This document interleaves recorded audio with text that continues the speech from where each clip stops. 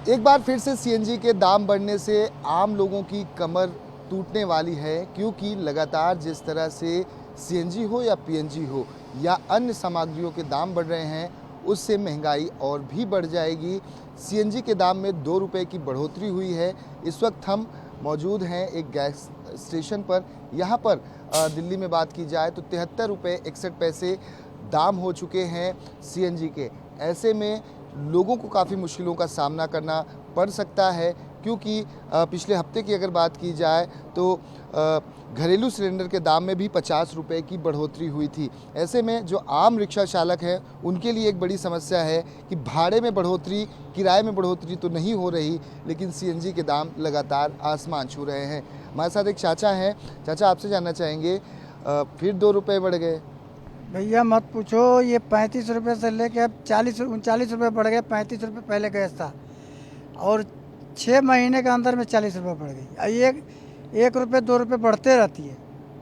ये अभी हम लोग स्ट्राइक किए थे तो इधर रुक गया था, फिर अब बढ़ गया, आज 2 रुपये फिर बढ़ गया। ये बताइए, किराए में बढ़ोतरी हो रही है कि किराए में बढ़ोतरी बस सीएनजी के दाम ही बढ़े जा रहे हैं? हम लोगों को तो किराया बढ़ोतरी नहीं चाहिए, रेट चाहिए। घर सीएनजी का कम होना चाहिए, कम कर दे, हम लोग का रेट जो है वही चलेगा, कोई बात नहीं है। ये तो ये पहले कितने का बिजनेस कर लेते थे जब अपना गैस फिलअप कराते थे आप टैंक, और अब कितना कम धंधा होने लगा है या उस पर भी असर हुआ? 150 से लेकर 200 का गैस भरा देते थे, अब 300 तक पहुंच जा रहा है गैस। और बचत कितना हो पा रहा है आपको? बचत क्या होगा? 300 रुपये का गैस और 250-300 रुपये मालिक का निकल गया, 600 रुपये हो गया।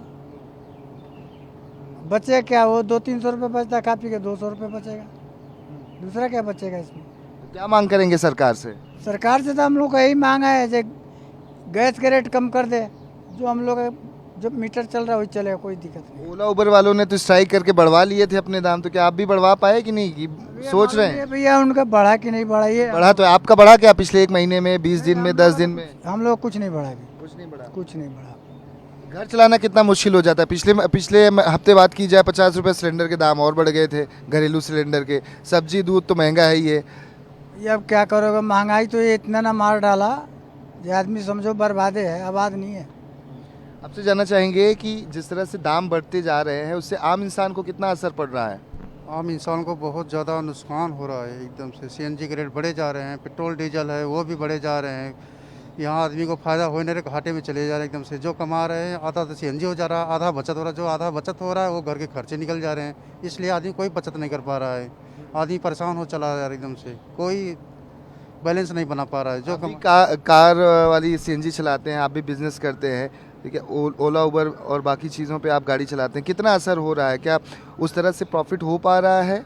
इस समय बता रहा हूँ कि प्रॉफिट तो एकदम नहीं हो पा रहा है, कारण कि जो कमा रहे हैं और बस जो बचत वो खा रहे हैं, बच्चे को पाल रहे हैं, बचत नहीं हो पा रहा है। मतलब कि सीएनजी हो जा रहा है डेली के, जो मतलब सीएनजी डलवा दो वही 200-400 रुपये जो बचते हैं वो बच्चों के लिए घर पे जाओ, सब खिला पिला दो, सब खत्म।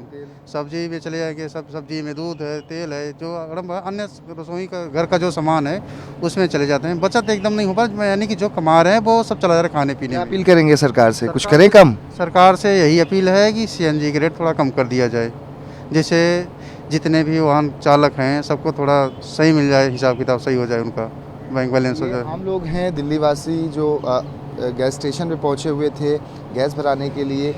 लगातार लोगों के द्वारा सरकार से मांग की जाती है, लेकिन जिस तरह से दाम बढ़ रहे हैं, अब सीएनजी के दाम बढ़ने से या फिर पेट्रोल डीजल के दाम बढ़ने से अन्य जो खाद्य सामग्रियाँ ट्रैवलिंग के ज़रिए एक दूसरे राज्यों से, शहरों से, गाँवों से पहुँचती हैं, ऐसे में उनके दाम भी और भी बढ़ जाएंगे, जिससे कि आम आदमी की कमर और भी टूट जाएगी। कैमरामैन संजय राहुल के साथ दीपक दुबे, न्यूज़ 24 दिल्ली।